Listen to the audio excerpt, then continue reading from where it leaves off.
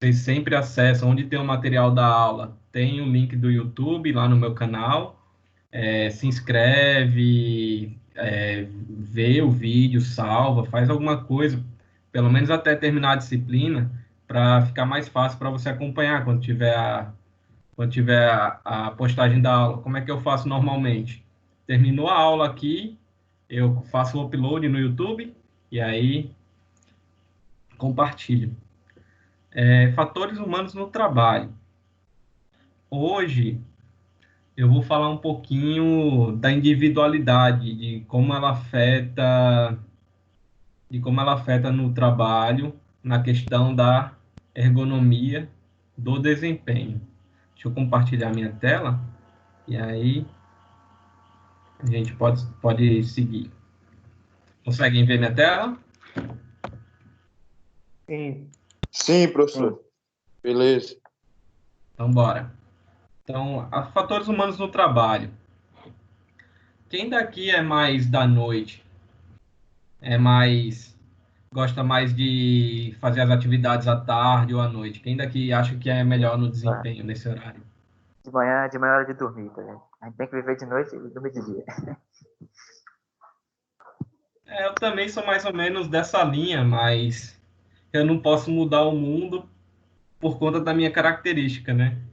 Dependesse de mim, eu começava a trabalhar 1 da tarde, ia até, sei lá, meia-noite, 1 hora da manhã.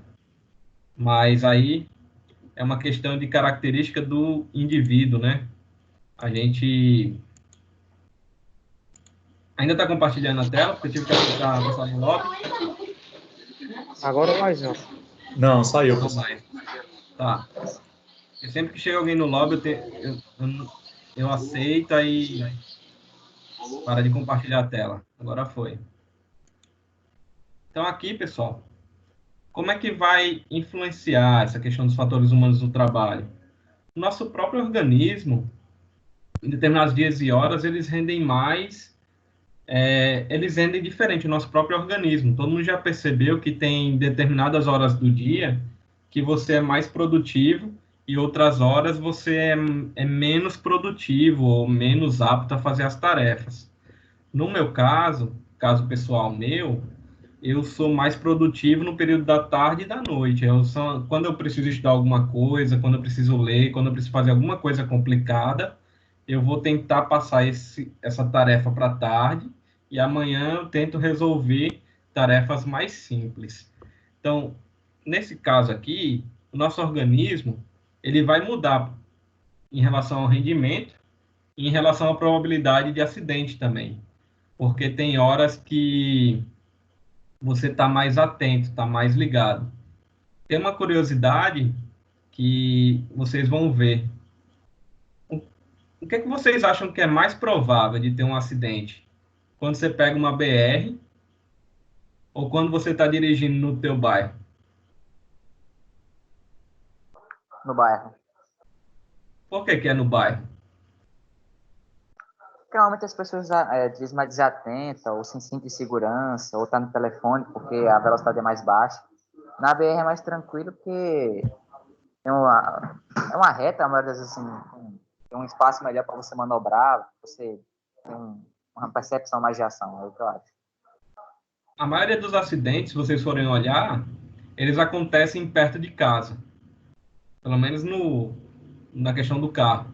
Por que eles acontecem perto de casa? Você fica mais desatento, você tem a sensação de segurança, de que está chegando. Aí você pode abaixar, por exemplo, para pegar o celular. Poder, eu tô usando assim o termo poder na cabeça das pessoas, tá? Você não pode fazer isso nunca. Mas as pessoas abaixam, as pessoas tiram o cinto, as pessoas vão mexer no rádio, vão fazer qualquer outra coisa menos prestar atenção.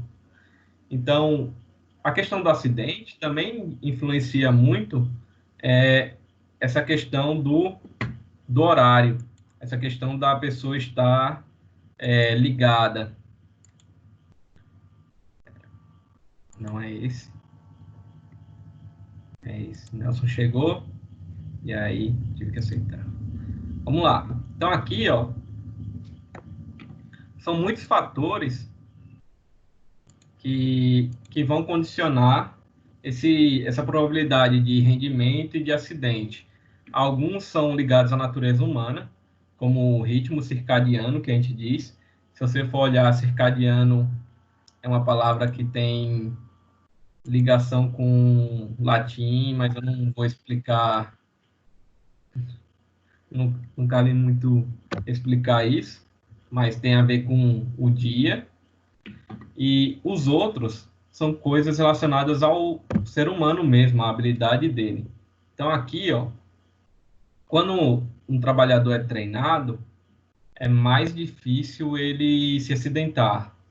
Quanto mais habilidade ele tem na tarefa, quanto mais treinamento ele tem, mais difícil vai ser ele ter um acidente, ele ficar desatento ou mesmo ele diminuir o rendimento. Então aqui Você tem algumas coisas. fatores externos, né, professor? Tipo assim, sei lá, sei lá, uma chuva, ou ele tenha bebido, alguma coisa assim, né? Tirando isso, eu acho que...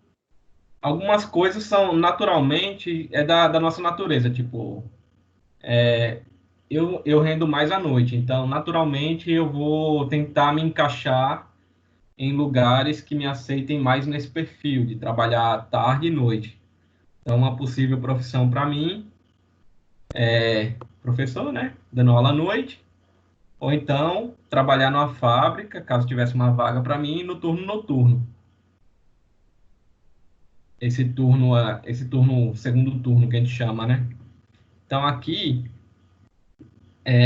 muitas vezes o indivíduo ele é considerado preguiçoso, ele é considerado ruim na função, porque no horário que chegou a avaliação dele, ele não estava muito atento, ele não estava muito ligado.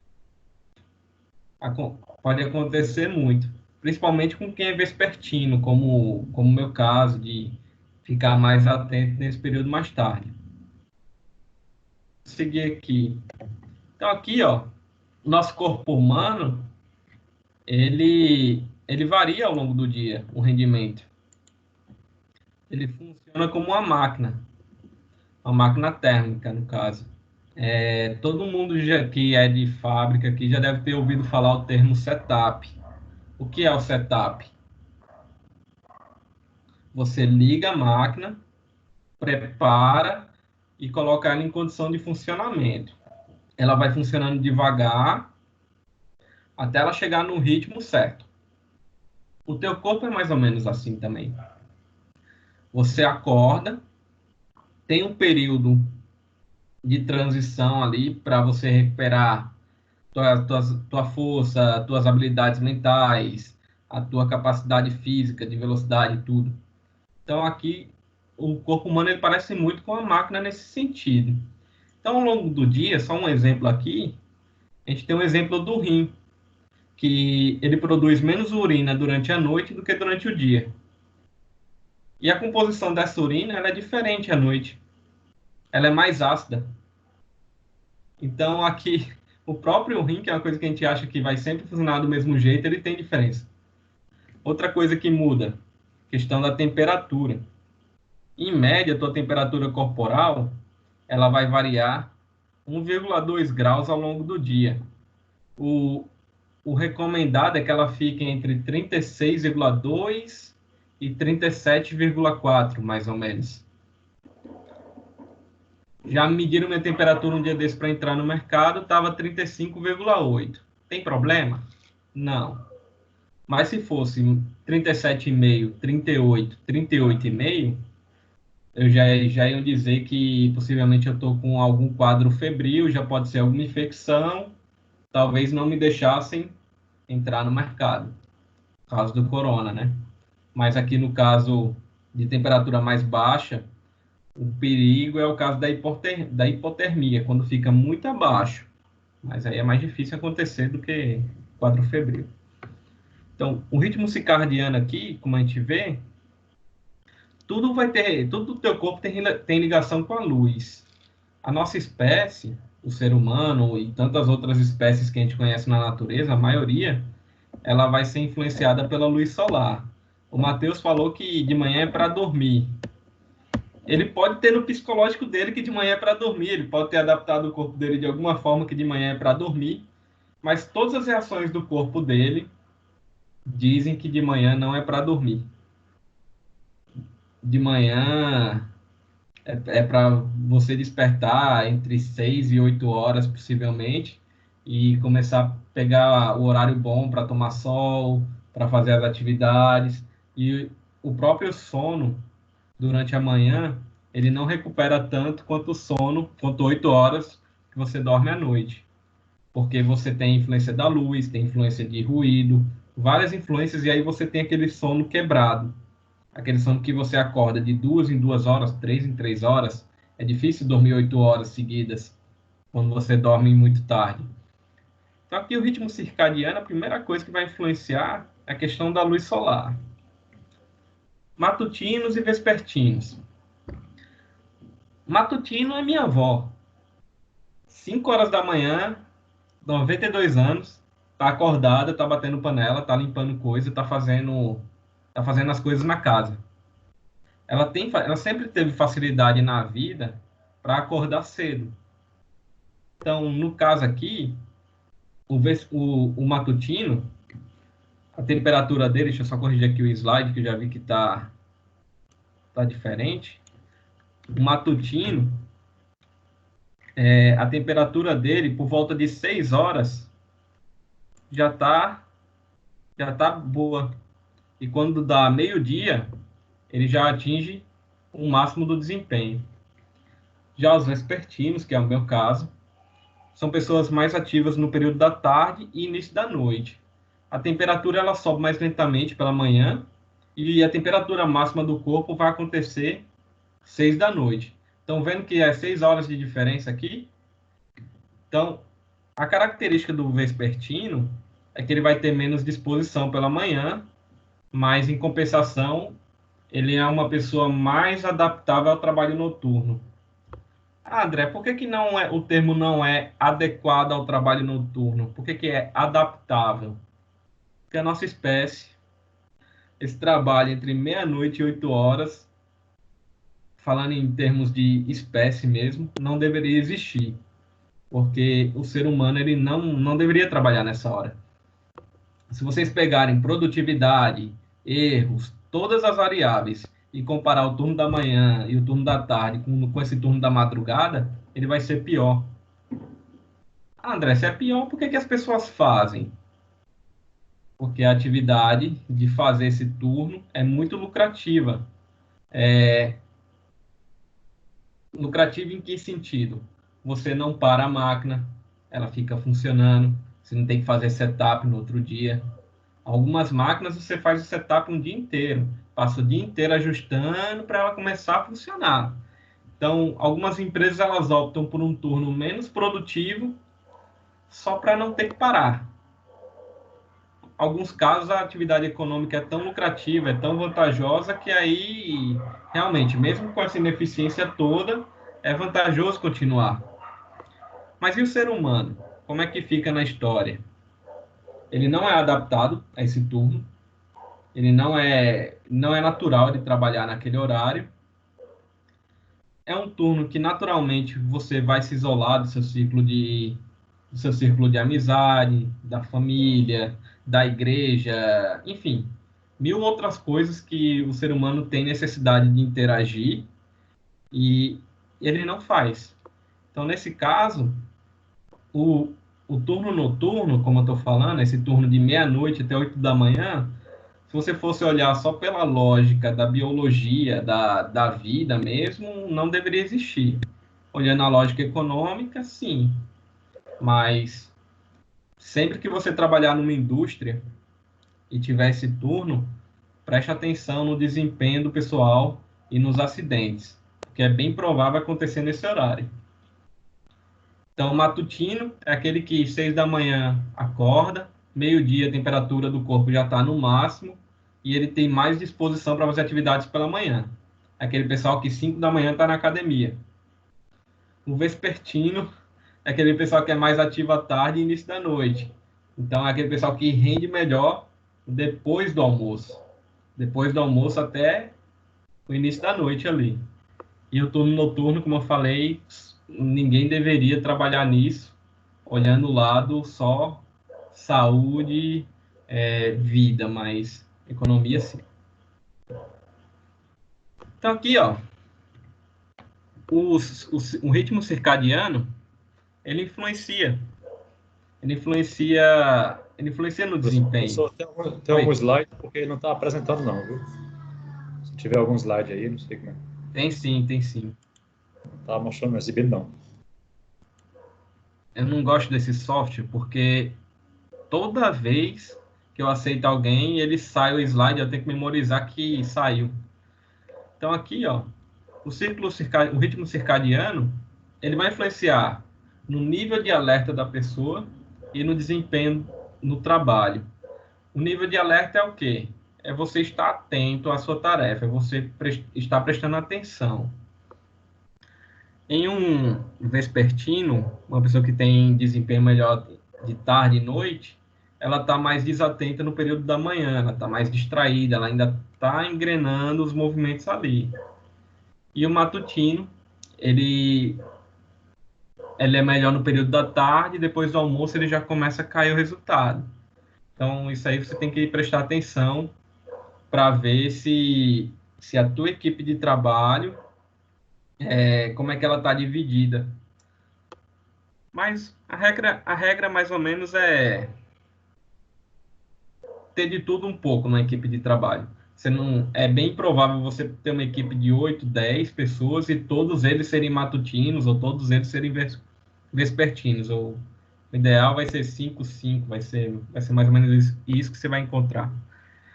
Então aqui, ó, questão da alimentação. Como é que vai influenciar? Você sabia que lá na Espanha existe uma hora depois do almoço que eles chamam de hora da sexta e ninguém faz nada, que é a hora de dormir? Já ouviram falar uma história dessa? Já ouvi falar. Sim. É até estimulado em algumas empresas aí, né? E algumas empresas já adotam isso, de colocar uma área lá para o trabalhador, para ele dormir, para ele descansar depois do almoço. Como é que funciona essa questão dessa hora que eu estou falando? Por que é uma boa prática se você puder adotar? Porque depois que você faz uma refeição pesada, o teu corpo ele diminui a tensão, você fica mais letárgico, você fica mais lento. Então, qualquer pessoa depois do almoço, ela vai ter um período, aqui está falando de 45 a 60 minutos, para ela recuperar a agilidade, para ela recuperar a atenção. Então, no caso, essa hora da sexta é uma boa medida, por quê? Porque você tira o cara do trabalho no horário que ele está lento, deixa ele recuperar a energia que ele gastou já no primeiro turno, no primeiro horário, e aí ele volta para o segundo horário com melhor desempenho. Então aqui no Brasil, muitas práticas a gente já tem disso aí. Por exemplo, na instituição que eu trabalho, no Pernambuco, tem vários sofás, tem a área que tem uma TVzinha lá, a gente almoça, quem quiser dormir, pode dormir lá, não tem nenhum problema. Mas aí você tem que cumprir o quê? 8 horas de trabalho e não pode esse descanso aqui superar 3 horas. Mas tem que cumprir 8 horas de trabalho certinho. Essa hora que você está descansando não conta. Então aqui, ó, em 1988, fizeram uma pesquisa com caminhoneiros e perguntaram que hora do dia ele dormia no volante, ele quase dormia, ele ficava desatento. Para surpresa de muitos,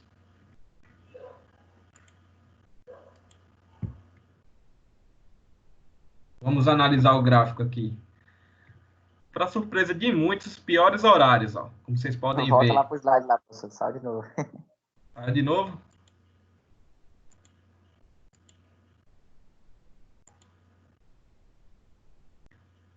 Professor, eu acho que é a forma que o senhor está compartilhando, não? Deixa eu ver. Porque se Conseguem você ver compara... agora? Sim, Então aqui, ó, para surpresa de muitos, o horário que as pessoas tinham mais vontade de dormir, os caminhoneiros que eles fizeram a pesquisa, era entre meio-dia e 3 horas da tarde, como vocês podem ver aqui, né? Aí depois das 3 tem uma queda grave. E aí quando vai chegando 8 horas, explode de novo a vontade de dormir, esse sono. E ele começa a cair depois de meia-noite. Vamos explicar esse gráfico aqui, o que é que acontece. Meio-dia é o horário mundial do almoço. Entre meio-dia e 2 horas ali, a maioria das pessoas, 99% aí, sei lá, tem vontade de almoçar e faz uma refeição mais pesada. O que acontece aqui? Como eles fazem uma refeição mais pesada e caminhoneiro ele tem o hábito de almoçar na estrada, passar uns 5 minutinhos vendo TV e continuar,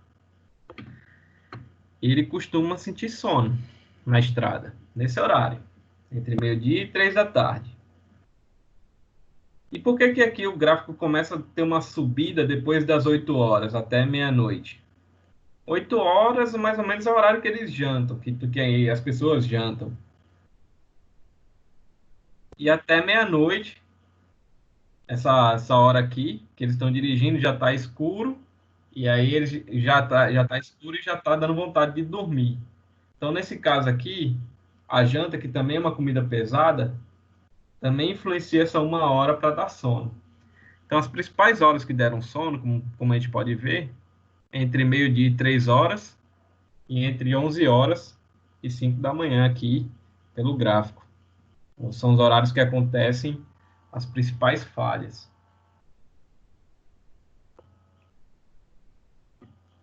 Acho que chegou alguém no lobby. Luiz Fernando. Professor, naquele gráfico lá que você mostrou lá, eu acho que depois de meia-noite ele volta a dar uma caída, porque teve umas reportagens que eu vi, que a maioria desses caminhoneiros usa narcóticos para ficar acordado, né? Pode influenciar no gráfico, será?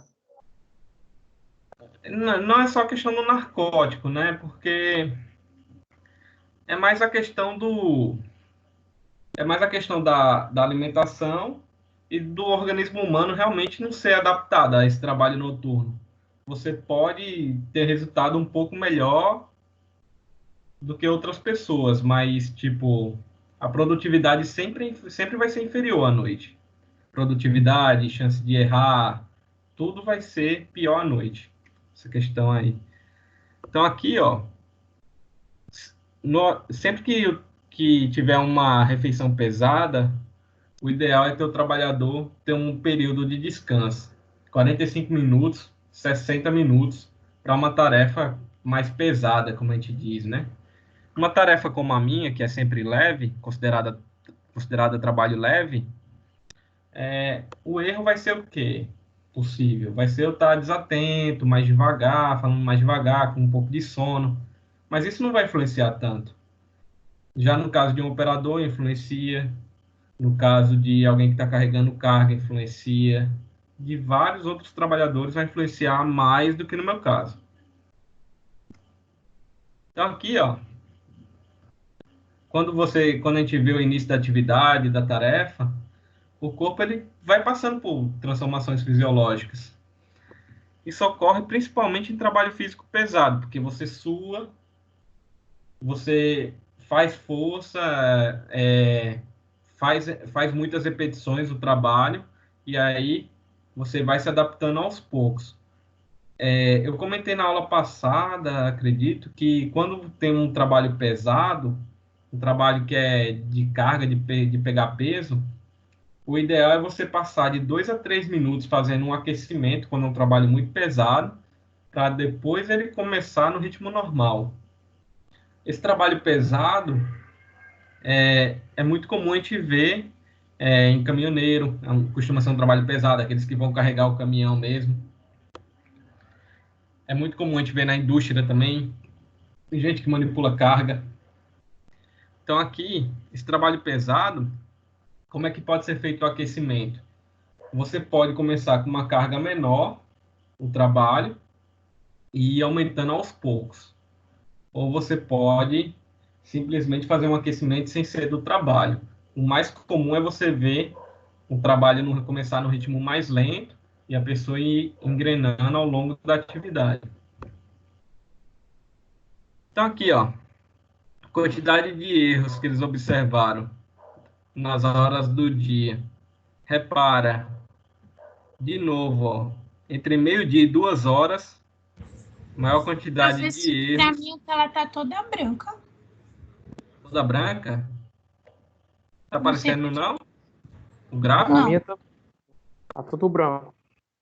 Todo branco? É. Toda E branca. agora, aparece. apareceu? Apareceu Não. agora? Não. Não? Não, continua branco. Continua branco, professor.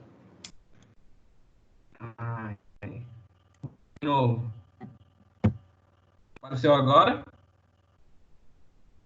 Sim, Agora sim. Então, aqui, ó, de novo o gráfico. Ó, isso aqui foi um estudo de 1955. É antigo o estudo, mas bateu com o do caminhoneiro. E aqui era controladores e uma usina de gás. Olha a quantidade de erros que eles cometiam. Entre meio-dia e 2 horas tem um avanço grande. Depois tem uma queda. E quando passa de 8 horas, começa a ter uma subida. Ó, podem perceber. Meia-noite, dispara. Até as 4 da manhã e depois ele diminui possivelmente porque está terminando o turno, já não tem muita coisa para se fazer. Mas aqui, ó, essa questão das refeições mais pesadas, do ritmo circadiano, sempre depois que tiver uma refeição pesada, vocês vão observar que o trabalhador está mais desatento, ele está um pouco mais devagar. Isso é natural da digestão. E a questão do sono. Todo organismo ele tem dois relógios, o organismo humano. O primeiro é o que controla as funções vitais, coração, cérebro, enfim, então as funções naturais. E o outro é o que se ajusta à luz solar. Porque a luz solar ela varia ao longo das estações, como vocês podem observar. João Pessoa, essa variação não é tanto, né? O sol vai se pôr 10 minutos mais cedo ou 10 minutos mais tarde ao longo do ano. Mas em alguns lugares isso aí é 1 hora que muda, 2 horas. Então aqui essa questão da luz solar, como é que vai influenciar? Na questão da atenção, na questão da temperatura corporal. Então, em condição normal, o relógio do teu organismo é ajustado pelo relógio da luz solar. Mas no caso do trabalhador noturno, esses relógios já são diferentes. Porque o organismo dele, ao longo da jornada, está dizendo: é hora de dormir, é hora de dormir, é hora de dormir. Mas o cérebro dele está dizendo: eu tenho que trabalhar, eu tenho que trabalhar. Então, um relógio natural do corpo dele, coração, outros órgãos que não tem como ele controlar, vão abaixar o ritmo. E o outro relógio vai aumentar o ritmo. E aí fica desencontrado. Então, nesse processo de adaptação aqui, normalmente 2 semanas é o necessário para você pegar alguém que nunca trabalhou no trabalho noturno, para ele começar a se adaptar. É um prazo de normalmente 2 semanas para ele conseguir realizar as atividades.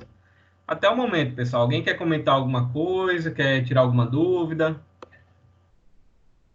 Tô tranquilo no momento. Tranquilo? Então, vamos seguir. Então, sono. Quem daqui é que nem eu, que precisa dormir 8 horas? Ixi, aqui é pelo menos umas 12 para ficar inteiro. Como é? Pelo menos umas 12 para ficar inteiro mesmo, umas 12, pessoal. No meu caso, eu gosto da noite, né? Eu gosto de ficar acordado até 3, 4, se me deixar, se eu não tiver nada muito sério para fazer. Em 2015, 2016, me colocaram para dar aula às 7 da manhã. Aí, como é que eu fazia? 3 horas eu ia dormir, 6 acordava, dava aula de 7 às 10, voltava, dormia de novo. Mas meu organismo não recuperava toda a energia que eu precisava. As pessoas, normalmente, elas precisam dormir 8 horas seguidas para recuperar toda a energia. Essa é uma média, né? Algumas pessoas, elas precisam dormir só 6 horas. E algumas outras pessoas precisam dormir 10 horas. Mas existem exceções no mundo, viu? Tem gente que precisa dormir de 3 a 4 horas por noite só. E não é porque quer, é só porque não precisa dormir tanto mesmo. No meu caso, eu preciso das 8 mesmo. Acho que a maioria aqui vai bater nas 8 ou entre 6 e 10. Então, Não faz mal, não? durante Você não os... acaba aquele hormônio do sono? O quê? O hormônio do sono faz você crescer, ele tem um horário? Fala mais O que alto, acontece? Matheus. Eu não... Essa pessoa que dorme, tipo, 3, 4 horas, ela não vai ter algum problema de saúde, não? Porque tem uma quantidade de horas que tem que dormir e o hormônio do sono ser liberado, né? Então, eu nunca vi nada dizendo que vai ter problema, assim. Mas é porque é natural da pessoa, ela sempre dormiu 3, 4 horas. Tem umas pessoas que funcionam desse jeito, mas elas são exceções. É raro. Também tem aquelas pessoas que dormem 3, 4 horas porque elas se acostumaram a isso. E aí eu acredito que pode ter algum tipo de problema. Porque elas se acostumaram, mas não é o natural delas. Aí quando não é algo natural, aí elas costumam forçar o corpo. Eu acho que pode aparecer algum tipo de problema depois. Então, o sono, qual a importância dele? 33% do teu dia você passa dormindo. 33% do dia, tranquilamente. Você precisa recuperar a tua capacidade física e mental durante o sono. Quando você fica sem dormir um longo período, você vai perceber características de quê? Irritação e redução de qualidade nas tarefas.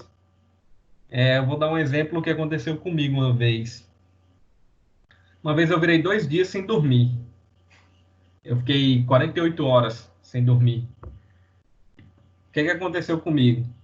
Depois dessas 48 horas, eu tive uma prova. Tudo que eu precisava estudar, eu consegui fazer. Mas todos os sinais continhos eu errei no final. E aí foi o único zero que eu tirei na vida. Eu tirei zero porque eu errava no final. Coisa de atenção, concentração, detalhe que eu nunca erro na vida, conta, essas coisas, eu estava errando. Por quê? Por não ter dormido, minha atenção, a minha concentração diminuiu. Então, aquela coisa que eu vou dar uma dica para vocês aí de estudo. Não adianta virar noite.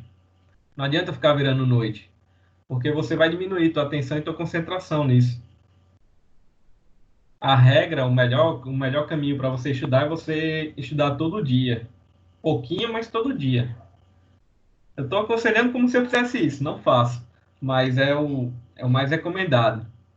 Então, aqui, ó, virar a noite para estudar, resolver todas as questões do livro durante a noite para fazer uma prova no outro dia, não funciona esse método, porque você vai ter menos atenção, menos concentração no horário da tarefa. Então vamos seguir. Então, as fases do sono. São 4 fases. A gente tem adormecimento, sono superficial, sono profundo e essa fase que é uma expressão em inglês, REM. Tem lá, se vocês pesquisarem, dê uma pesquisada no Google, é a fase final do sono, quando você já está mais ligado, quando você já tem os sentidos, você já sabe o que está acontecendo ao redor. A fase de adormecimento é quando você deita e começa a dormir, aquele início que você ainda está sabendo o que está acontecendo ao redor, você está um pouquinho mole só. Ela dura de 1 a 7 minutos, essa fase. Depois essas fases vão seguindo, e aí a cada 90 a 100 minutos, vai evoluir para a próxima fase. Então, a fase de adormecimento demora de 1 a 7 minutos, aí depois vem o sono superficial, depois de 90 a 100 minutos vem o sono profundo, e depois vem esse último sono aqui, que a gente chama de REM. Muitas substâncias são usadas por trabalhadores para ficar atento, para ficar ligado, principalmente no turno da noite. Os mais comuns que nós vemos: cafeína, fumo e álcool. O Matheus, ele falou do arrebite, né, do caminhoneiro. Por que que o arrebite não é considerado? Porque é uma droga, né? Não que os outros não sejam, mas o arrebite é uma droga e supostamente não era para ser vendido. E é uma minoria que usa isso. Os principais que a gente vê são esses mesmos, de cafeína, fumo e álcool. Vamos ver o efeito de cada substância dessa no corpo. Cafeína. Cafeína é viciante. Eu adoro café, eu adoro Coca-Cola, eu adoro chocolate. Aí eu acho que a maioria daqui vai se enquadrar nisso. Não vai? Quem daqui não gosta? Ah, eu não gosto muito de café puro, não. Só tomo com leite. Café é um pouco mais polêmico. Mas chocolate, Coca-Cola, tudo com cafeína é Ah, difícil, Coca-Cola é complicado mesmo. Coca-Cola de complicado. chocolate. Por que que a cafeína pega tanto? Porque ela é um estimulante que vai ser absorvido mais rápido na tua corrente sanguínea. Então, em geral, qual é a vantagem da cafeína? Vai aumentar a vigilância, vai reduzir a inibição, alivia a fadiga e provoca queda do apetite. Não é bem uma vantagem, mas a queda do apetite. Mas você considerando que você tem que ficar várias horas ali naquele posto de trabalho ou estudando, se for uma situação extrema, é bom você não ficar saindo para comer. Mas aqui são as características que a cafeína vai fazer no teu corpo. Quando você toma uma xícara de café ou come um chocolate, o teu coração vai aumentar de 2 a 10 batidas por minuto durante 5 a 15 minutos. Um coração normal, em funcionamento normal, ele bate de 60 a 100 por minuto, se eu não me engano, é o que o cardiologista diz que é normal. Quando eu vou fazer consulta, ele tá 64, já deu 70. Tá ali, tá normal meu coração. Mas se eu tivesse tomado café de 5 a 15 minutos antes, eu ia ter esse aumento nos meus batimentos. Então aqui, ó, uma xícara de café, eu aumento de 2 a 10 por minuto. Mas só que durante a tarde eu tomo 3. E aí, como é que faz? Vai aumentar bem mais que o normal, o meu batimento por minuto aqui. Então, outras características, o que mais a cafeína vai fazer? Aumenta a temperatura corporal, acelera o ritmo cardíaco e aumenta o consumo de oxigênio. E fumo. Alguém daqui fuma? Não fume. Mas, bem, quem fumar, vamos ver o que é que acontece. Contém monóxido de carbono. Quem daqui lembra da molécula do monóxido de carbono? Ela é uma molécula que ela reage muito bem com oxigênio, que é uma molécula, um átomo de carbono e um átomo de oxigênio, que a gente chama de monóxido de carbono. Porque a tendência da molécula lá, puxando da química, vai ser o quê? Pegar um átomo de oxigênio e formar o CO2, para o carbono fazer as 4 ligações. Então aqui o fumo, quando você está fumando, você está ingerindo monóxido de carbono, e aí você está colocando no teu sangue, que é quem transporta oxigênio. E aí você vai diminuindo o oxigênio do teu corpo. O que a gente percebe em fumantes? Para quem fuma aí de 15 a 25 cigarros por dia, vai perder de 5 a 10% da capacidade aeróbica. Então, normalmente quem fuma não consegue correr tanto tempo, tem dificuldade na caminhada mais longa, tem dificuldade na atividade física que exige mais esforço. Então, o fumo, ele é problemático porque ele vicia, ele diminui a capacidade do cidadão, e não só dele, né? Porque quem fuma também tem um fumante passivo, você está acabando diminuindo a habilidade do corpo das outras pessoas ao redor. E o álcool? O álcool aqui, acho que quase todo mundo, 90%, já deve ter ingerido. Não para ficar acordado, né? Mas por outros fins. Então, o álcool também passa facilmente para a corrente sanguínea. Quando você toma uma dose muito pequena, já tem muito cardiologista que recomenda tomar 1 taça de vinho por dia, o álcool ele vai fazer bem ao teu sistema cardíaco, ao teu sistema cardiovascular. Mas aí, quando a gente passa dessa dose muito pequena, de 0,01% do volume do sangue, um humano médio tem 5 litros de sangue, isso aí vai dar quanto? Vai dar a partir de 50 ml. A partir de 50 ml de álcool, já vai começar a aparecer alguns efeitos ruins aí. Quando chega em 0,07, você já começa a ficar bêbado.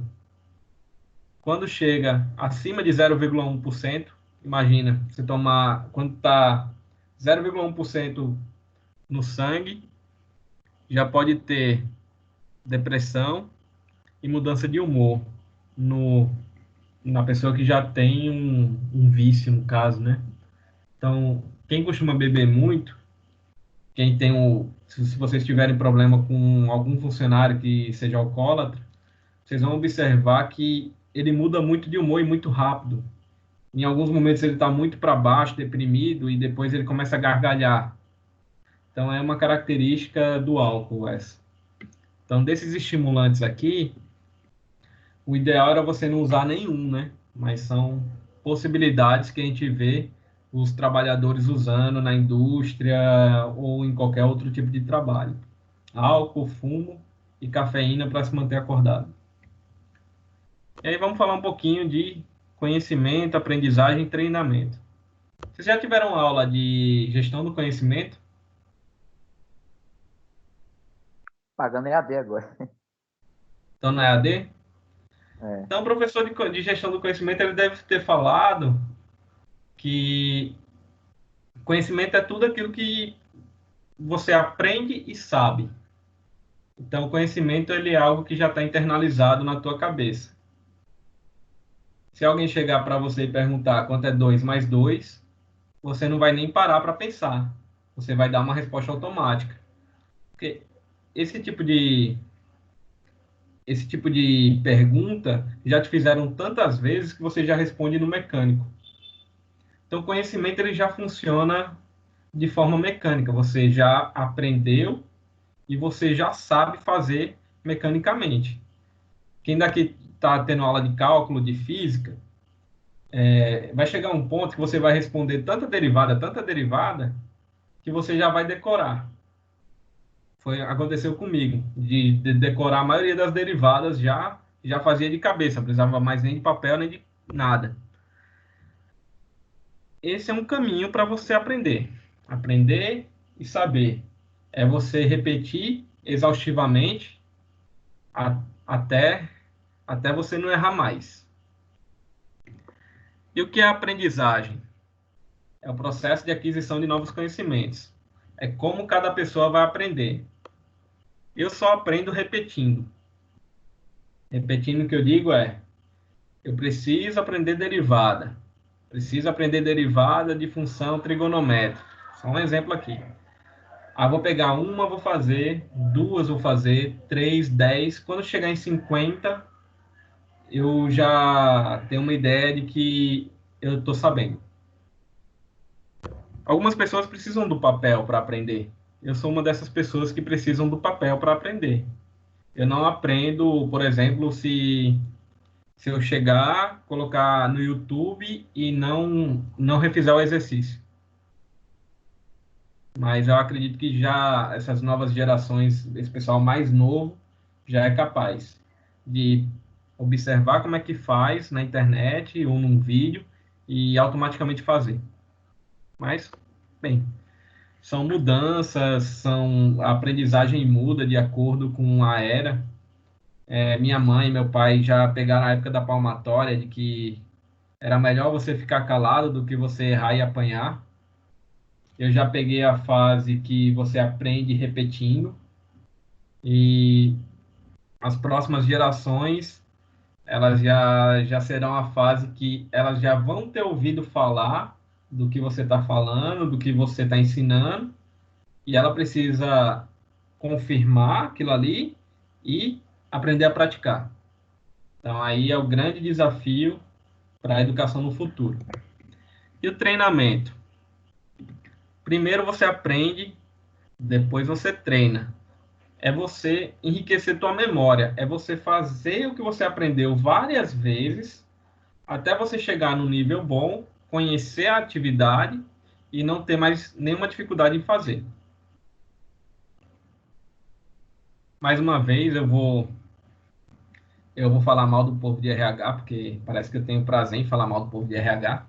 Eles falam tanto de treinamento, tanto de treinamento.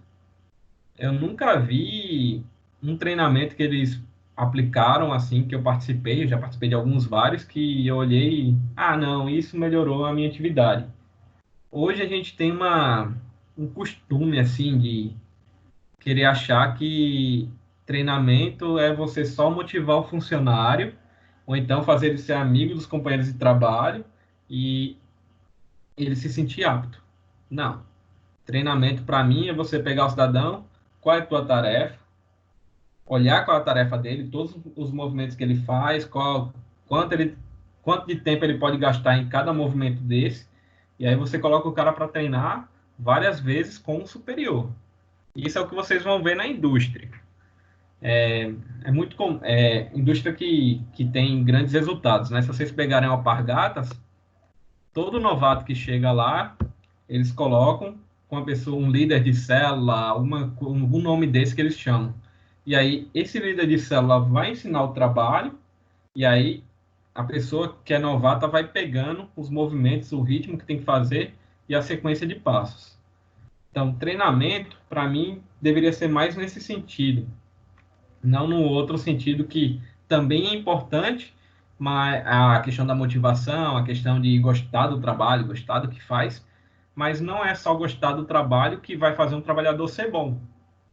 Ser bom é treinar, saber como é que faz cada tarefa e executar sem erro. Então, aqui, informação e conhecimento. Vocês devem ter visto isso em gestão do conhecimento. Informação, no caso aqui, que eu estou falando, é o que lá em gestão do conhecimento eles vão chamar de dado. É tudo que tem aí de notícia, de disponível. Livro, notícia, tudo disponível ali para que você pode algum dia usar. É um dado.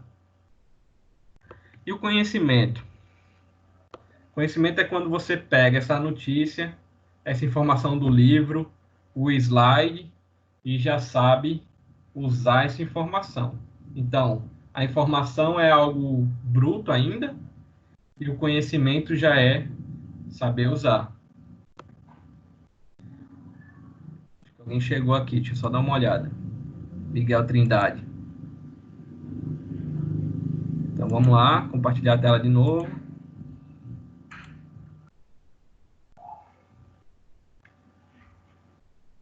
Então aqui, ó, informação e conhecimento. Informação é tudo que está disponível, a notícia, o material impresso, dados no computador. E conhecimento já é você saber usar essa informação. O conhecimento, ele está armazenado na memória de longa duração. É algo que dificilmente você vai desaprender a fazer. Se alguém chegar para mim e perguntar quanto é a derivada de cosseno de x, eu vou dizer que é menos seno de x. Se alguém perguntar quanto é a derivada de tangente de x, eu já vou ter que fazer a regrinha lá, mas eu vou fazer no papel, eu sei fazer. Se eu viver até 80 anos, eu vou saber fazer aquilo ali. porque é algo que eu já domino, é algo que é o meu conhecimento. Se alguém chegar para mim e perguntar alguma ferramenta de gestão de custos que não tenha surgido até o ano passado, eu vou saber dizer, que é algo que já é meu conhecimento. Então, se alguém perguntar tudo que eu sei, tudo que eu já estudei e tenho habilidade e treinei várias vezes, eu vou saber fazer, não importa a idade que eu tenha. Então, aqui, ó, nós temos dois tipos de conhecimento. Tem o conhecimento declarativo, é aquele que contém fatos, figuras e sentimentos. E a gente tem aquele conhecimento operacional, que é aquilo que sabemos fazer. Por exemplo, cozinhar, dirigir. Normalmente é uma habilidade mais... Uma habilidade que... Como é que eu digo? Que você treina e aprende. Direção você não aprende olhando outra pessoa dirigir. É muito raro você aprender assim. Tem pessoas que aprendem assim, só olhando. Mas para você aprender a dirigir, como é que você faz? Algumas pessoas, como eu só aprendi aos 18, eu entrei na autoescola, fiz 15 aulas de direção, passei na prova do Detran, quando peguei o carro, não sei dirigir. No trânsito, sem o nome autoescola, você não sabe dirigir. E aí você vai treinando, pegando rua mais tranquila. Quando dá um tempinho, você já não está mais olhando onde fica a marcha, onde fica a embreagem, onde fica o freio, você já está seguro, já não olha mais para nenhuma função que você faz. Então, no caso aqui, cozinhar, dirigir é mais esse conhecimento operacional. E aqui é a questão da gestão do conhecimento. A gestão do conhecimento, ela vai ter três funções principais: adquirir, armazenar e recuperar as informações e personalizar. Vamos falar de cada uma dessas. Adquirir. Como é que hoje a gente consegue informação? De muitas formas. Vocês estão na matéria de ergonomia, vocês estão estudando com o professor André, vocês querem aprender um pouco mais sobre ciclo circadiano, influência do ciclo circadiano no ambiente calçadista, vamos dizer isso. Você pode digitar no Google e procurar um artigo na área. Um artigo da Bergo, da Bepro, um artigo de uma revista. Mas você pode também ir por um outro caminho. Você pode procurar um livro. Você pode procurar um vídeo no YouTube. Você pode procurar uma palestra de alguém especialista nessa área. Hoje, onde é que a gente consegue a maioria das informações que nós precisamos? Na internet. Mas tem coisas que, mesmo com a internet, mesmo com essa facilidade toda, elas não estão lá tão fáceis, tão disponíveis. Principalmente conhecimento científico é algo que não se divulga tanto. Por que não se divulga tanto? É porque quem estuda quer deixar os outros ignorantes? Não, é simplesmente porque não dá grana. Então, se eu chegar e for falar de gestão de custos no YouTube, eu vou ter, sei lá, 3 visualizações. Se eu for falar de Street Fighter no YouTube, é possível que eu tenha muito mais visualizações. Se eu for falar de churrasco, então é mais a questão de pouca visualização, de pouca atenção. Então aqui, adquirir conhecimento. Como é que a gente vai fazer normalmente? O primeiro caminho que eu vou recomendar para vocês. Procurem em entidades sérias. No caso da ergonomia, uma entidade séria é a ABERGO, Associação Brasileira de Ergonomia. Ela realiza congresso, tem revista, tem palestra, tem mil outras coisas lá. Então, se você pegar um trabalho na ABERGO, ela já passou por 2 pessoas que trabalham na área para ser aprovado o trabalho. Então, é alguma coisa que você pode confiar que não tem erro. Já quando você pega um YouTube da vida, uma informação de WhatsApp da vida, qualquer pessoa pode estar falando aquilo. Eu recebo 1000 vídeos por dia falando de coronavírus, dizendo para tomar suco de limão, dizendo para tomar sol, mas ninguém sabe se isso funciona ou não. De repente até funciona, eu acredito que não, mas não tem nenhum conhecimento científico que embasa aquilo que o cara está falando. Ele só está lá dizendo, eu sou médico, ele está com um avental branco e está dizendo o que é que ele fez para fazer um tratamento. Eu acho pouco confiável. Eu tento sempre ir no caminho das fontes oficiais. Eu recomendo que vocês também façam isso. Evitem informação de pessoas que vocês não conhecem. Outra parte, outra coisa. Questão da aquisição. Então, primeira dica que eu dou para você: procura na fonte confiável. Em português, em inglês ou em qualquer outra língua que você domine. Não tem na fonte confiável da internet. Procura no livro. Não tem no livro. Tenta entrar em contato com algum profissional da área que seja reconhecido. Assim é um caminho fácil. E essa questão da recuperação, o que seria na gestão do conhecimento? É buscar informação armazenada quando se precisa dela. Então, eu vejo muita perda de tempo no trabalho porque as pessoas guardam a informação para si ou elas guardam em qualquer lugar a informação. Não tem muito um padrão para armazenar informação. Eu mesmo tenho um péssimo hábito que é gostar de armazenar informação no meu e-mail. Não é seguro. Tipo, nunca tive um problema. Mas se uma empresa precisasse de uma informação minha, assim, desse tipo, eu acho que ela não se sentiria tão confortável. Então, a gente tem que criar um caminho aqui também para conseguir resgatar a informação quando necessário. E, por último, é personalizar a mensagem. Você consegue a mensagem, recupera, e é você saber transmitir essa mensagem para quem precisa ser transmitida. E por que eu estou falando de comunicação? Supostamente não tem nada a ver com ergonomia, mas eu vou dizer para vocês que o trabalho do engenheiro, a principal falha que vocês vão ver, o principal problema que vocês vão encontrar, se relaciona com o problema de comunicação. Liderar a equipe, receber mensagem do superior, traduzir para o pessoal do operacional, é muito complicado. E principalmente hoje, que a gente ainda tem aquele costume de acreditar na palavra, de acreditar no que foi falado. Nem todo mundo é ético para dar a mensagem exatamente como você falou. Então, tenta sempre formalizar no papel, no e-mail, até o WhatsApp dá para formalizar. Fica lá salvo a hora e a pessoa concordando com o que você falou. Então, aqui é uma sugestão que eu dou para trabalho. E eu vou falar também para vocês uma coisa que eu vejo muita gente se perder por isso na profissão. Algumas vezes a pessoa tem um linguajar tão complicado que parece que ela vira à noite olhando o dicionário, procurando palavra difícil, que ninguém entende o que ela está falando. A comunicação, como é que ela tem que ser feita no trabalho, na vida?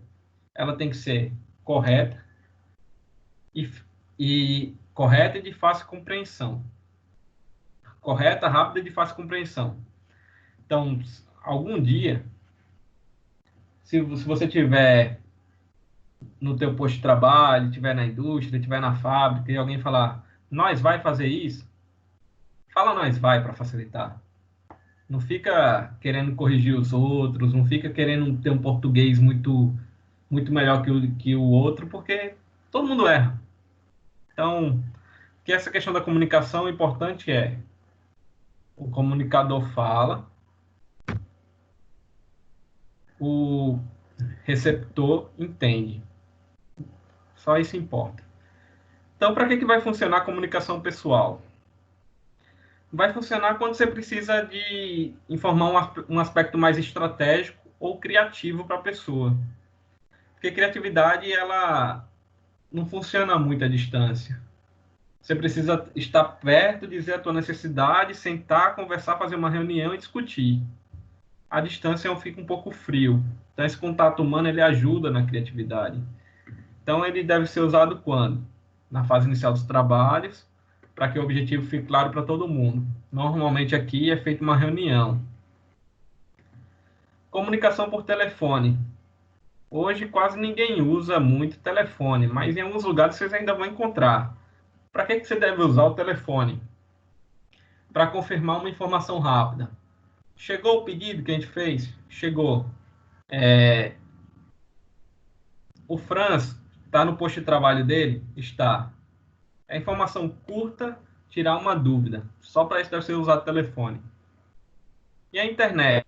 Qual é a vantagem dela? Ela vai ser bom para você compartilhar uma imagem, um gráfico, um desenho, para dar detalhe técnico. Então, hoje, a maioria da comunicação que vocês vão ver na indústria, entre chefias, vocês vão ver que está pela internet. Porque imagina você, toda vez que vai fazer uma reunião, aí você tem que desenhar, fazer um gráfico na mão. Não funciona tanto. Quando você manda um relatório pela internet e monta a reunião, depois que todo mundo já leu o relatório, manda todo mundo ler antes da reunião, aí você vai discutir só o que é importante naquele relatório. Monotonia e motivação. Questão da monotonia. Monotonia vocês vão ver em trabalhos muito repetitivos e pouco complexos. Então, monotonia, por exemplo, vocês vão observar no trabalho do aluno. O trabalho do aluno é fácil, André? Não estou dizendo que é fácil. Mas você passa muito tempo sentado, sem interagir muito, só ouvindo uma pessoa falar, mostrar um exercício, mostrar um exemplo. Você não interage muito, acaba ficando monótono em determinado período.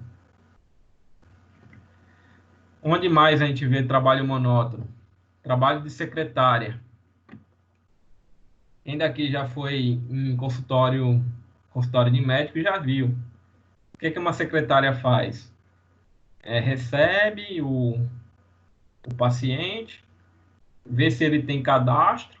Se não tem cadastro, aí pega nome, CPF, endereço, e aí fica só fazendo uma chamada. Qual a complexidade dessa tarefa?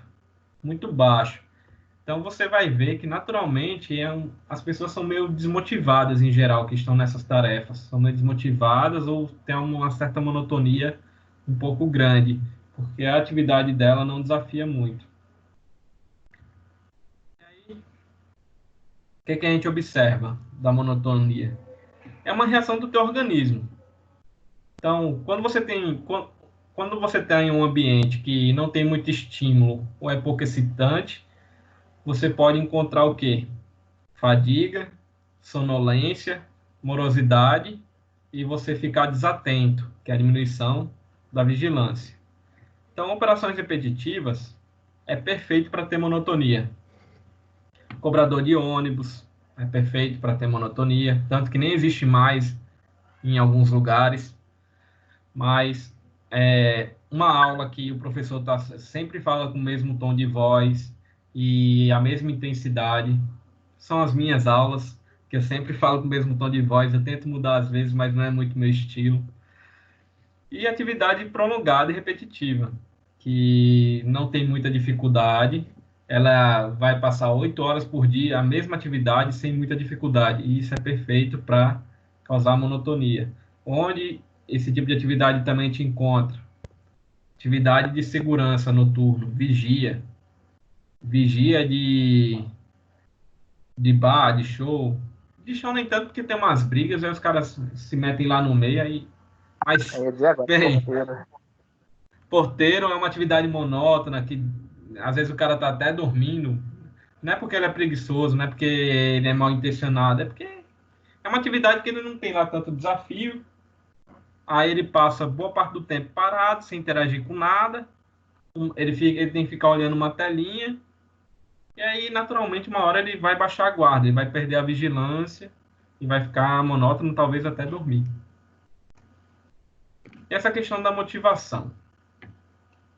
Muita gente fala de motivação, muita gente fala que todo mundo pode ser motivado, que é só usar uma ferramenta, ou então fazer uma reunião. Não, motivação é uma coisa que não tem como explicar. Motivação varia de humano para humano, varia de pessoa para pessoa, e cada pessoa ela demonstra que está motivada de um jeito diferente. Então não tem como você saber muito quem é um cidadão motivado e quem não é. Então essa questão da motivação, por exemplo, é, é o quê? Tem indivíduo que ele naturalmente nasce para superar a adversidade, para reverter. Que ele surge do nada, ele tem a adversidade, ele vai passando, vai passando, vai passando, e em algum momento ele chega em ponto alto da vida. Muitos líderes que a gente pode ver, líderes mundiais, tiveram uma história assim, diretor de indústria teve uma história assim. A minha história está um pouco assim, desse estilo. Eu nasci na zona leste de São Paulo, nasci na periferia, sempre estudei escola estadual, nas piores escolas. Aí, só um exemplo aqui falando da minha vida, eu não gosto de falar muito da minha vida, porque eu não me acho tão relevante assim para estar falando. Mas quando eu estava na quarta, quinta série, eu decidi que ia fazer engenharia. Porque eu gostava de matemática, eu gostava de lógica. E aí, na quarta, quinta série, minha professora chegou para mim e falou: Ah, esquece isso aí, velho. Olha onde tu estuda, tu não vai conseguir entrar numa universidade e possivelmente teu pai não tem como pagar uma. E aí eu fiquei com aquilo na cabeça. Aí algo muito diferente aconteceu na minha vida. Eu fiz uma mudança, tive que vir para João Pessoa. E aí eu já fui chegando em escolas melhores, meu pai melhorou um pouco a condição de vida e eu consegui entrar no curso de engenharia. Aí depois que eu entrei no curso de engenharia, chegaram para mim e falaram: Ah, esquece isso aí, velho. Trabalhar na indústria, trabalhar 8 horas como engenheiro, seu negócio é dar aula só e pronto, vai dar aula aí. Ah, fiquei com aquilo na cabeça: Caramba, eu nunca vou ser engenheiro? Nunca vou fazer nada ligado à engenharia? E aí, quando eu saí da faculdade, da universidade, do mestrado, né, eu tinha 26 anos. Aí eu não queria fazer um doutorado na época, porque eu tinha medo de ficar velho. Aí eu fui procurar emprego na indústria, chegaram para mim e falaram que eu estava velho, eu nunca tinha trabalhado, 26 anos, nunca trabalhou, não serve. E aí eu fui procurar emprego na faculdade, 26 anos eu era muito novo, os alunos não iriam me respeitar. Eu tô com 34 hoje, já fui para o Tocantins trabalhar, já trabalhei aqui pela Paraíba, trabalho no Pernambuco, já fiz várias coisas que as pessoas sempre disseram que eu nunca ia fazer. Então, uma coisa que eu posso falar para você, na tua vida mesmo, é você nunca se limitar pelo que as pessoas falam de você. Quem sabe do que você pode fazer, o que você não pode, é você. Então, essa questão de motivação é como é que o sujeito lida com as coisas para superar as dificuldades. Eu mesmo, quando tenho algum problema, eu fico naquele problema até eu resolver. Eu sou um cidadão que eu estou sempre repetindo as coisas até sair daquele problema eu estou fazendo. Mas vocês vão ver algumas pessoas que não têm essa... Não gosto desse termo, mas eu vou usar ele. Resiliência, de ficar insistindo, insistindo, insistindo até dar certo. Então aqui, um trabalhador motivado e um trabalhador desmotivado, você vê claramente a diferença no desempenho dele, na quantidade de peças que ele consegue produzir. E o próprio trabalhador, ele varia ao longo da vida. Nem sempre você vai estar motivado fazendo aquela tarefa. Então, como é que a gente recomenda para transformar um trabalho monótono em um trabalho motivador? Primeira coisa, meta. É muito difícil você trabalhar sem meta. É muito difícil você trabalhar sem saber onde é que você tem que chegar. Porque se você não sabe onde tem que chegar em termos de meta, qualquer lugar que você chegar tá bom. Então, o primeiro passo para você motivar o teu trabalhador é você dar uma meta para ele. e essa meta ela tem que ser realista. Porque não adianta você dar uma meta para o cara que ele não vai cumprir. Que aí ele fica falhando, falhando, falhando, falhando, falhando, e aí ele vai pensar, nunca vou cumprir mesmo, então eu faço de qualquer jeito. Então, quando você vai... Primeira coisa, é você estabelecer uma meta, e ela ser uma meta que tem um certo desafio e o cara possa bater. Se ele não conseguir bater a meta direta, ele vai desmotivar. Mas, primeira coisa, colocar uma meta para o cara bater no trabalho. Segunda coisa, para você motivar alguém no trabalho, desafio. Desafio que eu digo é o desafio mental. É você colocar uma certa dificuldade na tarefa, um certo desafio para o cara superar e ele se sentir feliz. Uma outra parte para você motivar um trabalhador é você dar o feedback para ele, contínuo periódico de desempenho. Deixa eu simplificar isso aqui. É você informar, por exemplo, que ele está perto de bater a meta. É você informar que ele está indo bem, ele está batendo as metas. Porque você está trabalhando, você não está controlando tudo que você faz ao longo do dia. Mas quando chega alguém e diz para você, não, você está batendo a meta, você está perto de bater a meta, aí você acaba motivando também a pessoa. E a última forma, que é o que a gente gosta mais, a gente, que eu digo, trabalhador e ser humano mesmo, é a recompensa. A recompensa ele pode ter caráter monetário, de dinheiro, você ganhar dinheiro a mais por isso. Ela pode ter caráter de você dar folga, você conseguir uma folga a mais no ano, conseguir uma licença de uma semana para resolver seus problemas. Pode ter esse caráter também de licença. Ela pode ter um caráter organizacional, que é o quê? Promover o indivíduo, dar prêmio. Todo mundo aqui que já foi no fast food já deve ter visto a plaquinha lá, funcionário do mês. De alguma forma, você está informando que o trabalhador está indo bem e é uma recompensa. Eu acho questionável essa recompensa olhando a questão financeira, né? Porque é só uma plaquinha lá. Mas para a maioria das pessoas funciona. Quando tem uma plaquinha dizendo que ele é bom, ok. E por último, é a questão social, que é o quê? Receber elogio, reconhecimento. Algumas pessoas elas têm uma necessidade grande de receber elogio. Porque se elas não recebem elogio, elas acham que estão desempenhando mal a tarefa, que você não gosta dela, que ela pode ser demitida. Então, algumas pessoas elas têm a necessidade maior desse reconhecimento. E para finalizar a aula de hoje, eu vou falar de algo que possivelmente vocês já ouviram falar, que é a tal pirâmide de Maslow. É algo bem antigo em termos de motivação, mas eu vou ser sincero, para mim é o que é real, é o que ainda funciona, é o que eu acredito. Então, essa teoria, as pessoas elas são motivadas por 5 níveis aqui. O primeiro nível é o nível das necessidades fisiológicas. O segundo nível é a necessidade de segurança, necessidade de aceitação, ego e autorrealização. Vou falar de cada um desses.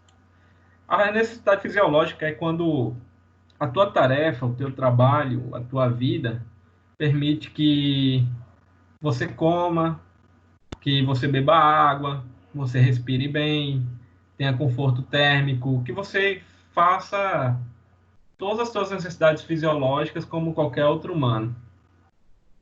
Eu vou dizer para vocês que a maioria dos trabalhos que a gente conhece, eles estão nesse nível, na minha opinião.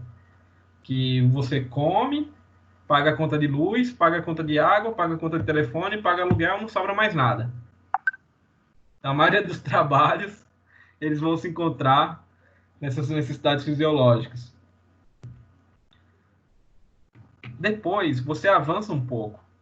Quando você cumpre as suas necessidades fisiológicas, quando você cumpre o mínimo que você precisa como espécie, você vai tentar sair de um ambiente agressivo, de um ambiente que tem doença, crime, guerra, catástrofe, acidente, assaltante. É mais essa questão de você se manter seguro aqui, se manter vivo. Então, primeiro, você pensa em comer, beber água, sobreviver. Segundo, você pensa em quê? Em se manter sobrevivendo, que é a segurança. E o terceiro já é o quê? É você buscar a aceitação de um grupo, a aceitação da família, é você já ter um grupo definido que você é aceito na tua profissão e você é respeitado. Então aqui, se eu fosse classificar onde é que eu me encontro hoje na minha carreira, eu acho que eu estou nesse terceiro nível aqui.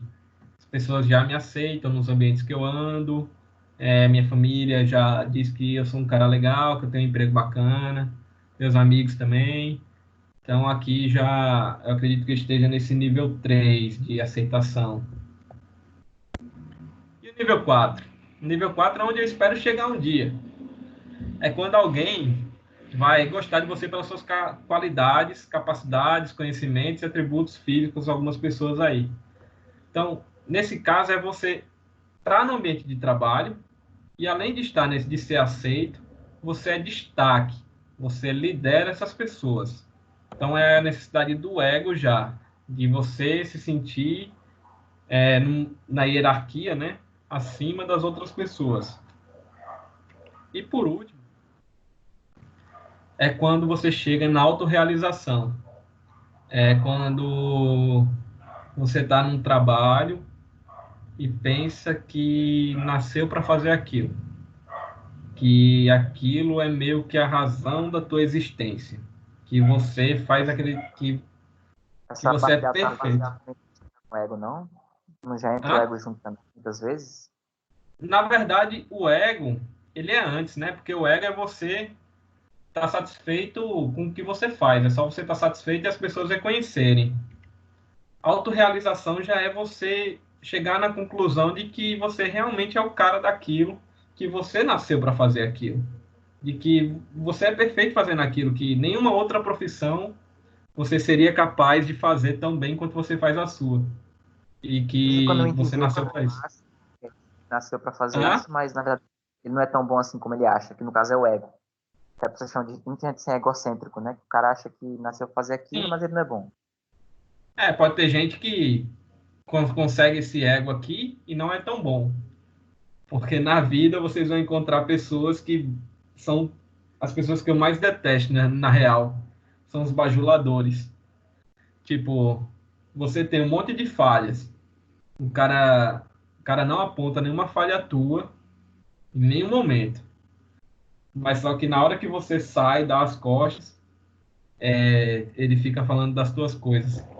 Uma outra história minha, lá no Tocantins, é que eu tinha um cargo que, com um salário de um mês, eu conseguia viver 3. E aí eu mandava na equipe lá, eu era chefe, e eu nunca quis mesmo meio que ser chefe. Aí tinha um professor que na minha frente falava, chegou o cara, esse é muito gente boa, não sei o quê, é um figura. Eu tinha mais ou menos o cargo de Edilon ou de Cícero, e pagava muito bem lá.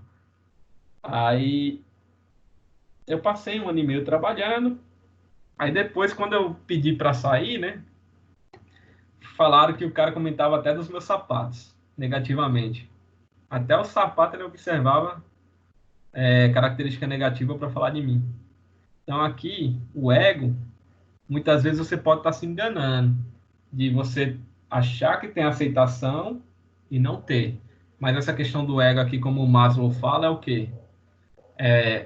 Você tem a profissão, você é bom nela, as pessoas do teu grupo que você conhece já reconhecem que você é bom, que você já tem uma certa liderança. A autorrealização já é mais individual. Você não precisa da aprovação do cara. Você já é realizado fazendo aquilo. Você já é feliz naquela profissão, você já acha que você nasceu para aquilo, você é muito bom naquilo e você é muito feliz fazendo aquela profissão. O que a gente observa na vida real? 4, 5 é muito difícil chegar. Na verdade, o 3 já é difícil de chegar. A maioria dos trabalhos que a gente vai ver, a gente consegue necessidade fisiológica e segurança. O 3 já é um pouco de você ser aceito pelas pessoas, você ter um grupo de amigos no trabalho, de que isso, bem, é um pouco mais difícil de se conseguir. E a autorrealização é plenamente difícil de se conseguir. Eu diria que muita gente que fala que é autorrealizada, que tem um emprego perfeito, se você for olhar de perto o cara ali, olhar, gravar as reações dele, a maioria das vezes ele vai estar mentindo para você. É muito difícil mesmo realmente chegar nisso. Porque envolve todas aquelas outras coisas de fisiológico, segurança, ego, social, e envolve também uma característica individual sua, que é você ser feliz ali. Pessoal, fatores humanos do trabalho. A princípio, alguém quer tirar alguma dúvida? Não, tranquilo. Tranquilo? Então, posso encerrar a gravação. Estão liberados. Semana que vem eu vou falar de ruído e iluminação. Tranquilo? Tranquilo. Abraço, Semana que vem. pessoal.